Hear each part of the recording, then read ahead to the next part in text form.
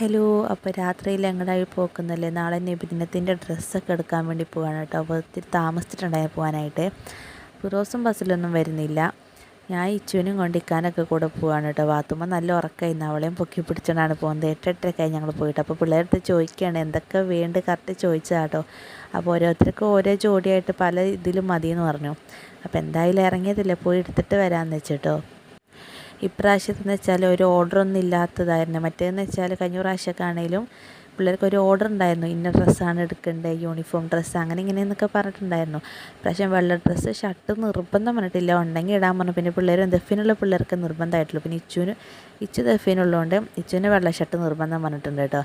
അപ്പോൾ ഇക്ക വന്നിട്ടുണ്ടായി, ഞങ്ങൾ താഴോട്ട് ഇറങ്ങിപ്പോയി. അങ്ങനെ നേരെ ഞങ്ങൾ ആദ്യത്തെ കടയിൽ പോയത് ഞങ്ങളവിടെ തൊട്ടടുത്തുള്ള കട തന്നെയാണ് കേട്ടോ. അറ്റ്ലസിലാണ് ഞങ്ങൾ ആദ്യം പോയിട്ടുണ്ടായിരുന്നത്. അവിടെ ചെന്ന് കുറേ തെണ്ടി തിരിഞ്ഞ് നടന്നിട്ടൊന്നും കറക്റ്റ് സെലക്ഷനൊന്നും കിട്ടിയിട്ടുണ്ടായിരുന്നില്ല. ഒന്നാമത് സ്റ്റാഫുകൾ ആരും ഉണ്ടായിട്ടുണ്ടായില്ല കേട്ടോ എടുത്ത് തരാനായിട്ട്. നമ്മൾ പോയി തപ്പി പിടിച്ചെടുത്ത് അളവെല്ലാം നോക്കി പിടിച്ചെടുത്ത് നമ്മൾ ബില്ലടയ്ക്കാൻ പോകേണ്ടി വരും. കുഞ്ഞിനെ കൊണ്ട് പോകുന്നവർക്കൊക്കെ ഭയങ്കര പാടാക്കിട്ടോ. ഞാൻ കുറേ അതിലെല്ലാം നടന്നിട്ടൊന്നും കറക്റ്റ് സൈസും കിട്ടിയില്ല.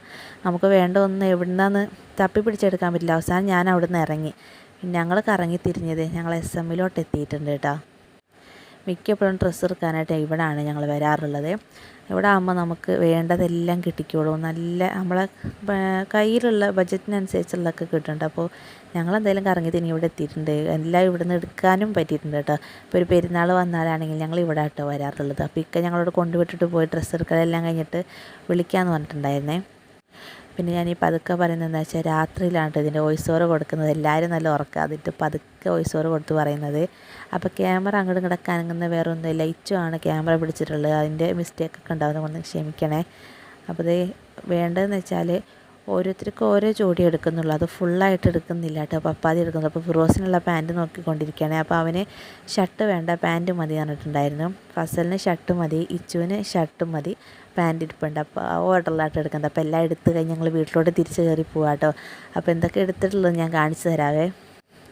അപ്പോൾ തിക്കും തിരക്കൊക്കെ ആയതുകൊണ്ട് ശരിക്കും ഞങ്ങൾ എടുക്കാൻ പറ്റില്ല. അവർ കട അടയ്ക്കാൻ വേണ്ടി നിൽക്കുകയായിരുന്നു കേട്ടോ.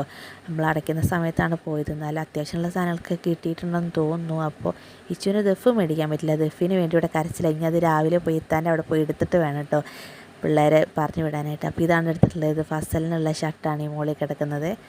അടിയിലുള്ളത് ഇച്ചുവിന് വെള്ള, പിന്നെ ഫിറോസിന് പാൻറ്റ്. ഇത്ര നമ്മൾ എടുത്തിട്ടുള്ളത് കേട്ടോ. അപ്പോൾ ഇതിൻ്റെ നല്ലൊരു വീഡിയോ നമുക്ക് നിബിദിനത്തിൻ്റെ വീഡിയോ അടുത്ത ഇതിലിടാവേ. അപ്പോൾ പുതിയ കൂട്ടുകാർ ചാനൽ സബ്സ്ക്രൈബ് ചെയ്ത് സപ്പോർട്ട് ചെയ്യണേ. നല്ല വീഡിയോ കാണാം. ബൈ, അസ്സലാമു അലൈക്കും, ടാറ്റാ.